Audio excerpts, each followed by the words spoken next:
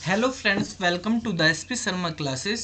देखो बच्चों, यहाँ पर हम आपके साथ डिस्कस करेंगे सिस्टम एनालिसिस एंड डिज़ाइन के कुछ क्वेश्चंस। ठीक है, जो हमारे पास बेसिकली एचडीएलसी में यूज़ किए जाते हैं, सॉफ्टवेयर डेवलपमेंट में यूज़ किए जाते हैं, सॉफ्टवेयर इंजीनियरिंग में यूज़ किए जाते हैं। ठीक है, तो यह सॉफ्टवेयर मैनेजमेंट टूल के अंदर भी आपसे आ जाते हैं। अलग अलग नाम सिलेबस के अकॉर्डिंग, एग्ज़ाम के अकॉर्डिंग होते हैं। तो क्वेश्चन जैसे हमारे पास 16 नंबर है, इसको हम समझते हैं। यहाँ पर कहा है कि हमारे पास बैकअप प्रोसीजर है अगर कोई, तो वो किस चीज़ में हेल्प करता है। आप जानते हैं हम बैकअप लेते हैं, डेटाबेस का बैकअप लेते हैं। ठीक है, सिस्टम में भी बैकअप लगाते हैं। तो बैकअप का फ़ायदा क्या होता है, आप कोई चीज़ बनाते हैं उसका बैकअप ले लेते हैं। तो बैकअप से क्या होता है, अगर कभी सिस्टम फेलियर हो जाए, सिस्टम क्रैश हो जाए या हार्ड डिस्क में प्रॉब्लम हो जाए कुछ भी, तो आप बैकअप से ले सकते हैं। मान लिया हमारे पास हम वीडियो बना रहे हैं, हमने ये वीडियो मान लिया यूट्यूब पर डाल दी, किसी कारण से यूट्यूब चैनल बंद हो गया, आपने बैकअप नहीं रख रखा, तो वो क्या होगा, वो वीडियो बेकार दोबारा से बनानी पड़ेंगी। ठीक है, अगर आपने इनकी एक बैकअप कॉपी भी रखी हुई है कोई एक्सटर्नल हार्ड डिस्क में या अपने सिस्टम में, तो वहाँ से आप दोबारा से बैकअप ले सकते हैं। ठीक है, तो यही सारी चीज़ें यहाँ पर हैं। बैकअप प्रोसीजर हमें किस चीज़ में हेल्प करता है कि आप रिस्टोर कर सकते हो operation whenever there is a disk failure. बिल्कुल सही बात है। रीस्टोर कर सकते हो आप डेटा फाइल्स को जब अगर आपका सिस्टम क्रैश हो जाए, ये भी बिल्कुल सही है। आप रीस्टोर कर सकते हो बोथ एप्लीकेशन को भी और सिस्टम सॉफ्टवेयर को भी। एप्लीकेशन सॉफ्टवेयर और सिस्टम सॉफ्टवेयर दोनों के दोनों हमारे डिस्क्रिप्शन अगर हो जाती है तो रिकवर करे जा सकते हैं, रीस्टोर करे जा सकते हैं अगर आपके पास बैकअप है। तो ये भी बिल्कुल सही है। सिस्टम सॉफ्टवेयर, एप्लीकेशन सॉफ्टवेयर दोनों तरह के, और चाहे आपकी डेटा फाइल हो, चाहे आपके कोई ऑपरेशन हो, सब बैकअप में आप रिस्टोर कर सकते हो। तो इसका आंसर डी हो जाएगा। नेक्स्ट क्वेश्चन है हमारे पास, which are the tools not used for system analysis. System analysis में कौन सा टूल यूज नहीं होगा। अगर आप किसी सिस्टम को एनालिसिस कर रहे हो, ठीक है, उसके बाद आपको कोई सॉफ्टवेयर बनाना है, तो एनालिसिस प्रोसेस में कौन सा टूल यूज नहीं होता। देखो, अगर हम एचडीएलसी की बात करते हैं, एचडीएलसी में शुरू में हम रिक्वायरमेंट की बात करते हैं, फिर हम फिजिबिलिटी स्टडी करते हैं। ठीक है, फिजिबिलिटी स्टडी जो होती है उसके बाद हम एनालिसिस करते हैं, एनालिसिस के बाद डिज़ाइन होता है, डिज़ाइन के बाद हमारे पास कोडिंग होती है, कोडिंग के बाद हमारे पास टेस्टिंग होती है, फिर इंटीग्रेशन होता है हमारे पास। ठीक है, फिर डिलीवर होता है। तो आप देख रहे हैं कि हमारे पास इसमें सिंपल सा ही पता चल रहा है आपको, यहाँ पे टेस्टिंग की बात हो रही है, सिस्टम टेस्टिंग डेटा। तो टेस्टिंग जो है इस फेज़ पे आ रही है, यहाँ पर ये वाला फेज है टेस्टिंग का। और एनालिसिस है, ये एनालिसिस तो पहले ही हो जाता है, टेस्टिंग तो उसके बहुत बाद में हो रही है। तो टेस्टिंग तो एनालिसिस में यूज नहीं होगी भाई, जो होगा उससे पहले वाली चीज़ ही हो सकती है, आगे की कैसे करेंगे। ठीक है, तो ये वाला ऑप्शन यहाँ पे सही नहीं है, मतलब सही आंसर तो ये सही हो गया, ये वाला टूल हम यूज नहीं करेंगे मतलब। ठीक है, तो फ्लो चार्ट हम बनाते हैं, ठीक है, डिसीजन टेबल का यूज़ करते हैं, डेटा फ्लो डायग्राम, ये सब डिज़ाइनिंग में होती है, एनालिसिस एंड डिज़ाइनिंग का पार्ट होती हैं। Flow chart, decision table, data flow diagram, जिससे हमें एनालिसिस में हेल्प मिलती है। ठीक है, तो ये टूल हम एनालिसिस में और डिज़ाइनिंग में यूज़ करते हैं। डिसीजन टेबल होती है बेसिकली एनालिसिस करने के लिए। ये डिसीजन टेबल है क्या, डिसीजन टेबल से रिलेटेड भी काफ़ी इम्पोर्टेंट क्वेश्चन है अगर हम एसएडी में चलें। डिसीजन टेबल, पर्ट चार्ट, ठीक है, चार्ट होते हैं बहुत तरह के, इसमें गैंट चार्ट। तो ये चार्ट जो है, जो हम बनाते हैं, डिसीजन टेबल बनाते हैं, क्या है डिसीजन टेबल, बेसिकली जो हम इनपुट करते हैं सिस्टम में, उस इनपुट का, केस वैल्यूज़ का, रिजल्ट का एनालिसिस होती है। ठीक है, उनके बारे में बताती है। तो अगर हम बात करें डिसीजन टेबल की, तो डिसीजन टेबल जो है बच्चों, आपके पास एक टेबुलर रिप्रेजेंटेशन होता है। Decision table is a tabular, यानी टेबल की फॉर्म में, जैसे नाम ही है टेबल, टेबल तो tabular representation of input values test cases and output.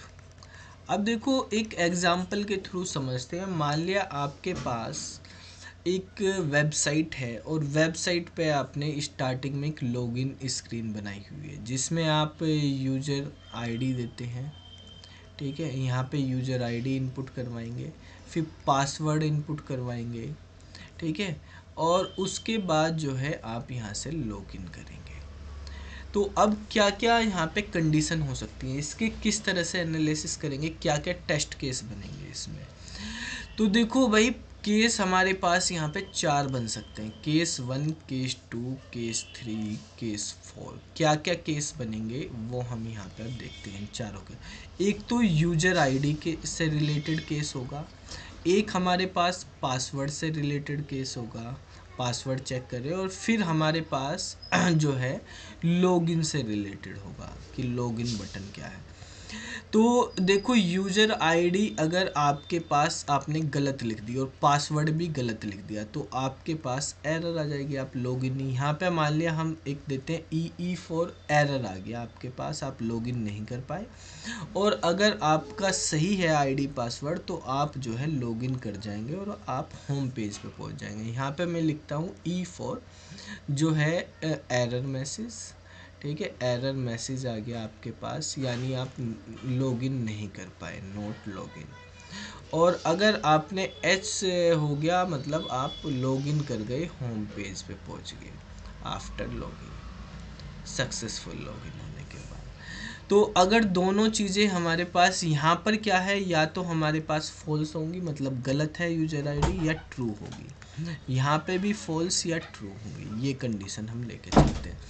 तो दूसरा केस हमारे पास क्या है कि यूज़र आईडी तो आपने फॉल्स लिखी लेकिन पासवर्ड जो है सही लिखा। यूज़र आईडी गलत है, पासवर्ड सही है, तब भी आप लॉगिन नहीं कर पाएंगे। अगर आपके पास आईडी सही है, पासवर्ड गलत है, तो भी आप लॉगिन नहीं कर पाएंगे। अगर दोनों चीज़ें आपके पास सही हैं तभी आप यहाँ पे लॉगिन कर पाएंगे, तभी आप होम स्क्रीन पे। तो ये टेबल है, इस टेबल के थ्रू हमने एनालिसिस किया है और उसके अकॉर्डिंग एक डिसीजन टेबल बनाई है। इसको हम डिसीजन टेबल बोलते हैं, जिसमें जो हमारे पास इनपुट वैल्यूज़ उनके केसेस लेके हम आउटपुट तक बता रहे हैं क्या है। इसके अकॉर्डिंग ही आगे टेस्ट केसेस काम करते हैं, ठीक है। तो जो ये डिसीजन टेबल है ये भी हमें एनालिसिस करने में हेल्प करती है। अब नेक्स्ट क्वेश्चन देखते हैं हम कि नेक्स्ट है कि ये डिसीजन टेबल से रिलेटेड ही है कि द रूल या rules to follow in constructed decision table is are. अगर आप डिसीजन टेबल बना रहे हो, कंस्ट्रक्ट कर रहे हो, तो आपको क्या रूल फॉलो करने चाहिए। तो इसमें लिखा है a decision should be given a name. जो आप डिसीजन ले उसका एक नाम देंगे, बिल्कुल सही बात, जैसे हमने डिसीजन लिया है, ठीक है। एरर आ रही है या होम स्क्रीन पर हो रही, एक नाम देने चाहिए। जो आप लैंग्वेज यूज़ कर रहे हो वो कंसिस्टेंटली होनी चाहिए, ठीक है। डिसीजन टेबल में जो वर्ड आप यूज़ कर रहे हो, जो लैंग्वेज यूज़ कर रहे हो, वो रीडेबल और कंसिस्टेंटली यूज़ होनी चाहिए। तो नेक्स्ट है the logic of the table is independent of the sequence in which condition rule are written. तो जो लॉजिक है टेबल में वो इंडिपेंडेंट होने चाहिए सीक्वेंस से। ये नहीं कि हमने शुरू में एफ लिखा तो आप एफ ही लिखोगे, आप टी वाला भी यूज कर सकते हो, कोई सा भी, but action take place in the order in which the event occur. Action उसी अकॉर्डिंग होने चाहिए जिस अकॉर्डिंग जो है हमारे पास इवेंट आ रहे हैं, जिस सीक्वेंस में। तो ये बिल्कुल सही है भाई, एक्शन तो उसी के अकॉर्डिंग फॉलो होने चाहिए। पहले आप लॉगिन करोगे या तो एरर आएगी या होम स्क्रीन, ये नहीं कि डायरेक्ट होम स्क्रीन पे पहुंच गए या डायरेक्ट किसी उस पर। तो एक सीक्वेंस जो है एक्शन का सीक्वेंस होगा कि आपको आईडी पासवर्ड डालेंगे तभी आप यूज़ करेंगे, होम स्क्रीन पे जाएंगे, उससे पहले नहीं जाएंगे। लेकिन जो आपके पास लॉजिक है वो आप किसी भी ऑर्डर में लिख सकते हैं यहाँ पे। तो सारे ऑप्शन यहाँ पे करेक्ट हैं, ठीक है। 2 करेक्ट आ गए तो पता ही चल गया। तीसरा नेक्स्ट क्वेश्चन है हमारे पास 19 नंबर का, management decision to rent a computer system में बी बेस्ड ऑन। अब देखो एक कंपनी है, उसने जो है रेंट पे सिस्टम उठाए हैं, कंप्यूटर अपने लैब बनाई है, रेंट पे उठाई। जैसे आप मान लिया कोई कंपनी है, अपनी सिस्टम नहीं लगा रही, रेंट पे उठा रखे उसने, ठीक है। मान लिया एग्ज़ाम कराने हैं कुछ भी, या बच्चों को पढ़ाना, एक इंस्टीट्यूट है या कोई भी कंपनी है, तो उसने प्रैक्टिकल कराने के लिए, एग्ज़ाम कराने के लिए रेंट पे ले लिए हैं सिस्टम, ठीक है। तो रेंट पे क्यों ले रही है, वो खरीद भी सकती थी, तो उससे क्या फ़ायदा होता है। तो एक तो है कि टैक्स में एडवांटेज मिले, दूसरा है कि desire to avoid a large one time payment. वो चाहते हैं कि भाई रेंट पे आपको 1,000 रुपये पर सिस्टम आपको मिल रहा है अगर रेंट जा रहा है। अगर आप ख़रीद रहे हो एक ही सिस्टम को तो आपको 30,000 में पड़ रहा है, ठीक है। तो आपको 30 गुनी कॉस्ट देनी पड़ रही है। तो कॉस्ट हमारे पास बेसिकली बढ़ जाती है। अगर एक ही साथ आपके पास बजट भी नहीं है, अगर मान लिया इतना, तो आप वन टाइम इन्वेस्टमेंट ना करके रेंट पे ले लो। दूसरी चीज़ है, रेंट पे अगर आप ले रहे हो, कुछ भी प्रॉब्लम आती है तो जिससे आपने AMC ली हुई है, रेंट पे लिया हुआ, वो देखेगा। ऑपरेशनल में कोई प्रॉब्लम आ रही, हार्डवेयर में कोई प्रॉब्लम आ रही, तो वो देखेगा। तो ये सारी की सारी चीज़ें हमारे पास बेनिफिट करती हैं उसमें। तो ऑल ऑफ द अबव यहाँ पे हो जाएगा, ठीक है। तो नेक्स्ट क्वेश्चन है इंडेक्स सीक्वेंशियल ऑर्गेनाइजेशन से रिलेटेड, कि इंडेक्स सीक्वेंशियल ऑर्गेनाइजेशन क्या होती है। तो यहाँ पर जो है इंडेक्स की बात है, मतलब डेटा को जो है इंडेक्स के बेस में करना हमें, और सीक्वेंशियल भी यूज़ करना, सीक्वेंस में भी। तो ये कहा use N index for each की टाइप, आप इंडेक्स यूज करेंगे हर की टाइप के लिए, या has record place randomly through out the file. तो रैंडमली वाला तो पहले ही गलत हो गया, कि आप रैंडमली कैसे रख लेंगे जब सीक्वेंशियल की बात हो रही है, ठीक है।